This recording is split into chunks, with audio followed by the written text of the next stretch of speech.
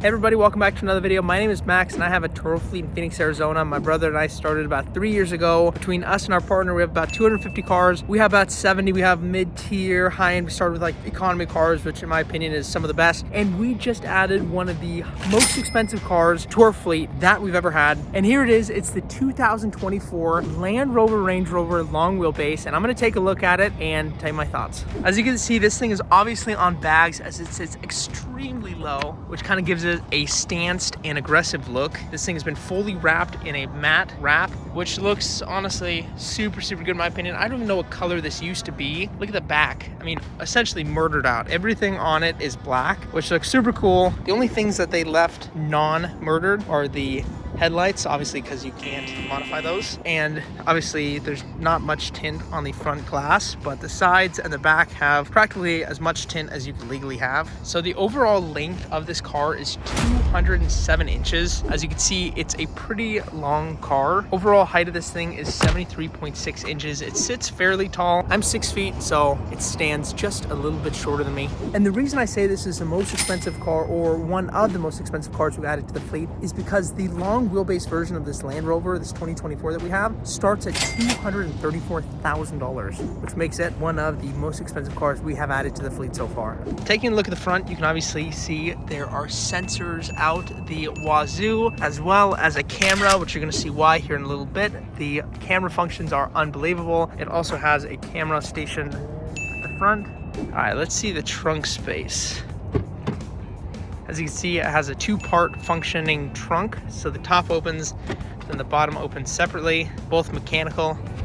See, we have a little bit of a tire kit down there. We have the controls for the seats. As you can see, this will push down all of the seats at the same time, which gives you the full cargo capacity. So let's raise the seats back up.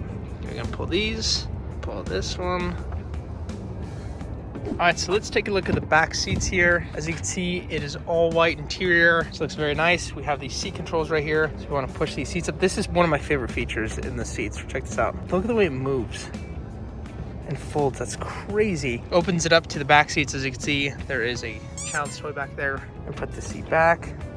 The movement is absolutely crazy on this. For the passenger's side handle, you have all of these different features. You have the movement of the seat. You push it up, pull it back. You can choose if you have custom settings for the seat in the back, which is something that you definitely do not see every day. You have lock and unlock buttons, and then you have all of these different sunshade options, which control this, as well as a button that will make it so the music isn't as loud in your seat. And then the handle, in my opinion, is very unique.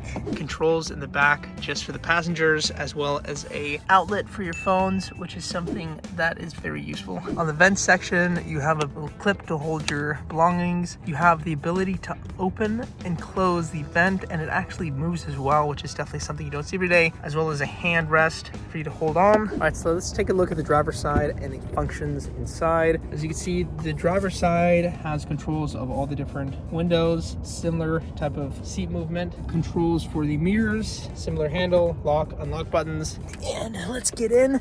When you get in, you actually get quite a simple look. You obviously get the screen, you get your cup holders, you get your little cargo space, plus a charger, plus a phone charger. And the screens are fairly simple. You have one screen here, which is main infotainment, and then you have the main screen here, which is for your, obviously, driving capabilities. And then other than that, pretty simple features. Let's give it a quick start. The start button is going to be right down here. Pretty quiet. Obviously, this isn't a car that would normally be loud. Move the seat up a little bit. You have the screen here. You can see 8,500 miles. Okay, so let's take a look at some of the functions. You have your cruise control set right here, as well as a warmer for the steering wheel, which is pretty nice. You have your driver assistance, which will pretty much give you warnings depending on how close you are to cars, as well as this button here, which you can actually custom select on what you want it to be. So if you short press it, as in like a single click, you can determine what you want that to be, or if you hold it down, you can change it to do something else, which is pretty cool. So a custom button that you get to choose what to do with. It has shifters for the gears if you wanted to go into manual mode. But something that I want to show is actually the reverse. So as you can see, there's a ton of different types of camera angles. It pretty much gives you 360-degree views all around the car. And something that's cool is depending on where you're looking at driving, you're going 360, it'll show you behind the car, which is very useful for when you're backing up. Looking at the heating and cooling, It's a cool kind of dial here. You can also click into it and it'll give you the other functions, so you can go up or down depending on how you want the airflow. You can have heated or cooled seats, and you can turn it up 1 degree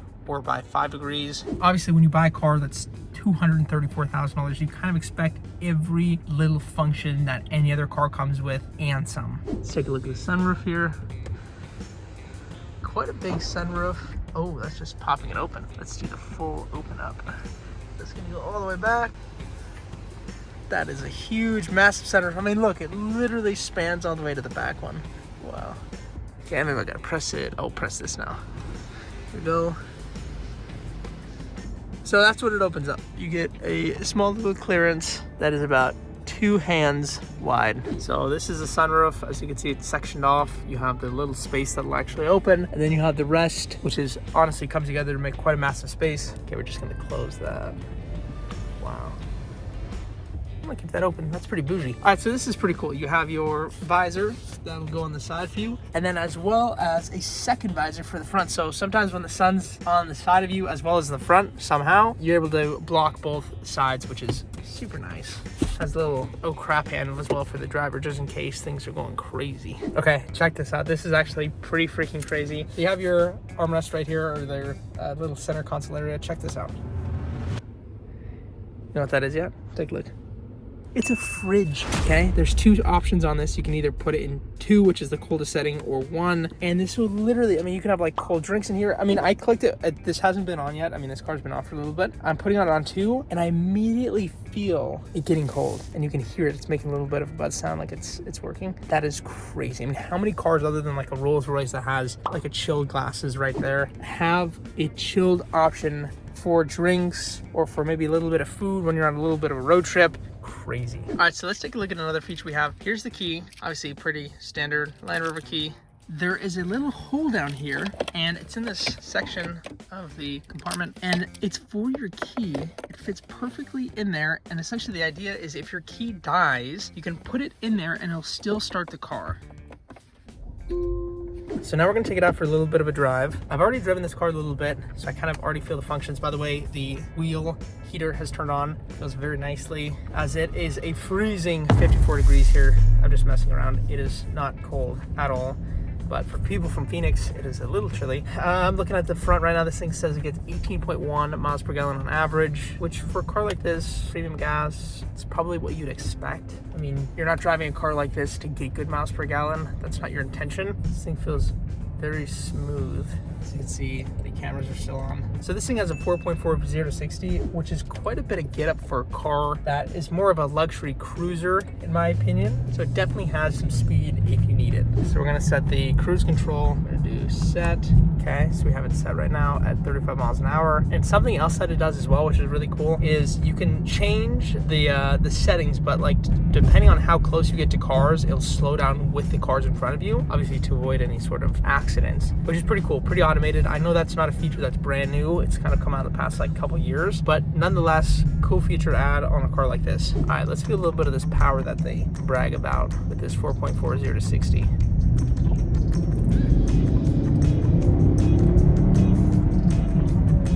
Definitely has get up, you can definitely feel it, but it's not a like super loud or aggressive get up like you get in a sports car. It's a very relaxed, mild acceleration. Like it doesn't feel like you're accelerating very fast, even though on the dash more than likely you are. It feels very kind of relaxed. I mean, as this car should be, the drive should be very smooth. This car isn't anything that should be rugged or loud or anything like that. It's something that essentially you're supposed to be driven in. There should be people that own the car, probably sitting in the back. The chauffeur would be in the place I'm in right now. So we've had this car for a couple of weeks now, and it's from an investor that has a couple other cars with us, and it's his personal car. So it's not something that we rent out on a daily basis, but it's something that will go out fairly regularly, kind of like on weekends throughout the month. And so this car right now we have set at $400 a day. Privately, it's quite a bit more, but it still gets a little bit of traction at $400 a day, which is impressive because on TURO, there's not a lot of cars that you can set at a price like that. I mean, you'll see Huracans or you'll see Uruses going for like $400 or $500 a day. I'd say a lot of people, especially if they're traveling, are probably going to be driving stuff like that. Like if it could be in a similar price point, they're going to want to go fast. At least a lot of people that I've talked to. But to think that something like this is still competing and getting utilization on TURO at $400+ a day is pretty impressive. Thank you so much for watching, guys. I appreciate everybody's support on the channel along with our journey. If you don't mind liking and subscribing to the channel, I'd really appreciate it. See you in the next one.